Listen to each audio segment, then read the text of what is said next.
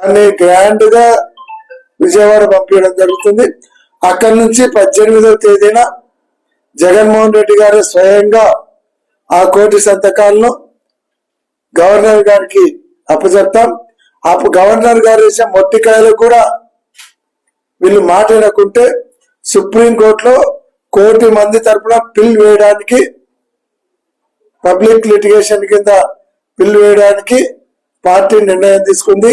సుప్రీంకోర్టులో వేయడమే కాదు, మళ్ళీ ఢిల్లీలో కూడా దీనికి వ్యతిరేకంగా ధర్నా చేసి జాతీయ స్థాయిలో ఈ దోపిడీ కార్యక్రమాన్ని ఎండగట్టడం జరుగుతుంది.